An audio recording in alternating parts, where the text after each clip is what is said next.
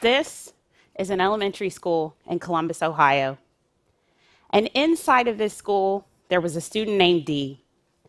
When Dee started school here, he was 6 years old, cute as a button, with a smile that brightened the entire room. But after a few months in school, Dee became angry, and that smile faded. Dee began to do things like flip tables, throw desks and chairs, yell at teachers, stand in windowsills, run in and out of the classroom, and even running out of the school. Sometimes these fits of anger would put the entire school into lockdown mode until Dee could get himself back together, which could sometimes take over an hour. No one in the school knew how to help Dee. I know this because I was the principal at this school. And what I quickly and collectively learned with my staff was that this situation was more extreme than anything we had ever been trained for. Every time that Dee lashed out, I kept thinking to myself, what did I miss during my principal prep coursework? What am I supposed to do with a kid like Dee? And how am I going to stop him from impeding the learning of all the other students? And yet, after we did everything that we thought we knew, such as talking to Dee and taking away privileges and parent phone calls home, the only real option we had left to do was to kick him out. And I knew that would not help him. This scenario is not unique to Dee. Students all over the world are struggling with their education. And though we didn't come up with a fail-safe solution, we did come up with a simple idea that in order for kids like Dee to not only survive in school, but to thrive, we somehow had to figure out a way to not only teach them how to read and write, but also how to help them deal with and manage their own emotions. And in doing that, we were able to move our school from one of the lowest performing schools in the state of Ohio with an F rating all the way up to a C in just a matter of a few years. So it might sound obvious, right? Of course, teachers should be focused on the emotional well-being of their kids. But in reality, when you're in a classroom full of 30 students and one of them's throwing tables at you, it's far easier to exclude that child than to figure out what's going on inside of his head. But what we learned about Dee, and for kids like Dee, was that small changes can make huge differences, and it's possible to start right now. You don't need bigger budgets or grand strategic plans. You simply need smarter ways of thinking about what you have and where you have it. In education, we tend to always look outside the box for answers, and we rarely spend enough time, money, and effort developing what we already have inside the box.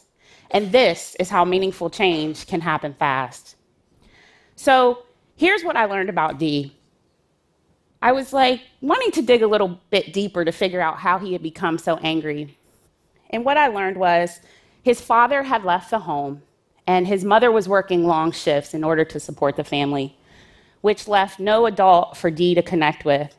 Annie was in charge of taking care of his younger brother when he got home from school.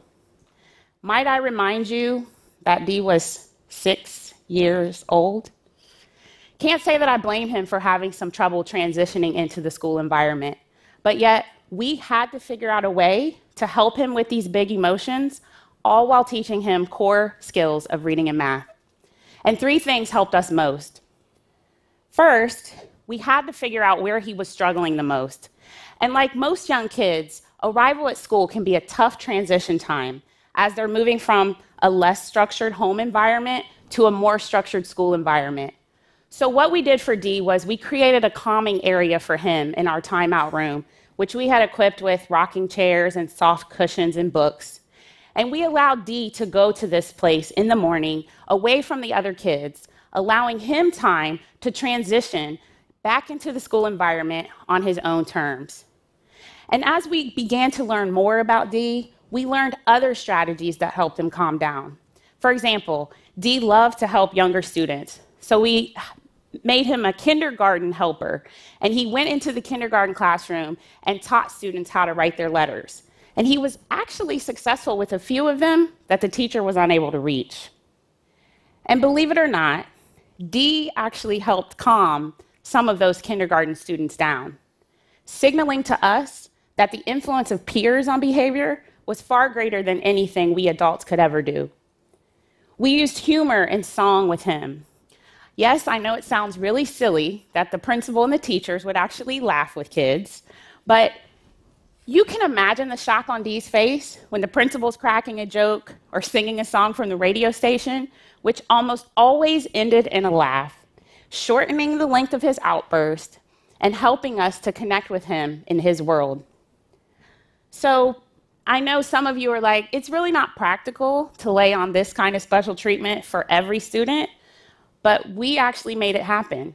Because once we figured out the tools and tactics that worked for Dee, our teachers were able to roll that out and use them with other students. We began to proactively address student behavior instead of simply react to it. Our teachers actually took time during the lesson plan to teach kids how to identify their feelings and appropriate, healthy coping strategies for dealing with them, such as counting to 10, grabbing a fidget spinner, or taking a quick walk.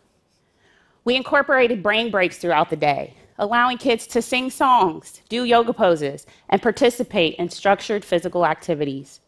And for those kids that struggle with sitting for long periods of time, we invested in flexible seating, such as rocking chairs and exercise bikes, and even floor elliptical machines, allowing kids to pedal underneath their desks. These changes encouraged kids to stay in the classroom, helping them to focus and learn. And when less kids are disrupting, all kids do better. And here's the magical thing. It didn't cost us a whole lot of extra money. We simply thought differently about what we had. For example, every public school has an instructional supply line. An instructional supply could be a book, it could be a whiteboard, it could be flexible seating, it could be a fidget spinner, it could even be painting the walls of a school a more calming color, allowing students to thrive. It's not that we didn't invest in the academic tools, obviously, but we took the social tools seriously too, and the results speak for themselves. By taking the emotional development of our kids seriously and helping them manage their emotions, we saw huge growth in our reading and math scores, far exceeding the 1 year of expected growth and outscoring many schools with our same demographic. The second thing we did to help our kids manage their emotions was we used leverage. As a not-so-funded public school, we didn't have the support staff to address the chaos that our kids might be facing at home, and we certainly weren't trained or funded to address it directly. So we started to reach out to local groups, community agencies, and even The Ohio State University. Our partnership with The Ohio State University afforded us college students not only studying education, but also school psychology and school social work. These students were paired with our teachers to help our most struggling students. And everyone benefited because our teachers got access to the latest college-level thinking, and those college students got real-world life experiences in the classroom. Our partnership with our local nationwide children's hospital afforded us them building us a health clinic within our school, providing health and mental health resources for our students. And our kids benefited from this too. Our absences continued to go down, and our kids had access to counseling that they could access during the school day. And perhaps the biggest change was not in Dee or in the kids at all. It was in the adults in the room. Teachers are typically good at planning for and delivering academic instruction. But when you throw in disruptive behavior, it can feel completely outside of the scope of the job. But by us taking the emotional development of our kids seriously, we moved from a philosophy of exclusion, you disrupt, get out, to one of trust and respect. It wasn't easy, but we felt at heart it was a positive way to make change, and I'm in awe at the teachers that took that leap with me. As part of our personal professional development plan, we studied the research of Dr. Bruce Perry, and his research on the effects of different childhood experiences on the developing child's brain. And what we learned was that some of our students' experiences, such as an absent parent, chaotic home life, poverty, and illness, create real trauma on developing brains. Yes, trauma. I know it's a very strong word, but it helped us to reframe and understand the behaviors that we were seeing. And those difficult home experiences created real barbed wire barriers to learning, and we had to figure out a way over it. So our teachers continued to practice with lesson plans, doing shorter lesson plans with a single focus, allowing kids to engage, and continued to incorporate these movement breaks, allowing kids to jump up and down in class and dance for 2 minutes straight, because we learned that taking breaks helps the learner retain new information. And might I add that the cha-cha slide provides a perfect short dance party. I saw teachers say, "What happened to you?" instead of "What's wrong with you?" or "How can I help you?" instead of "Get out." And this investment in our kids made huge differences, and we continue to see rises in our academic scores. I'm happy to say that when Dee got to 4th grade, he rarely got into trouble. He became a leader in the school, and this behavior became contagious with other students. And we saw and felt our school climate continue to improve, making it a happy and safe place, not only for children, but for adults, despite any outside influence. Fast forward to today, I now work with an alternative education program with high school students who struggle to function in traditional high school setting. I recently reviewed some of their histories. Many of them are 17 to 18 years old, experimenting with drugs, in and out of the juvenile detention system, and expelled from school.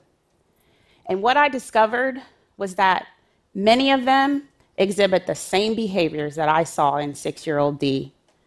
So I can't help but wonder, if these kids would have learned healthy coping strategies early on when times get tough, would they now be able to survive in a regular high school?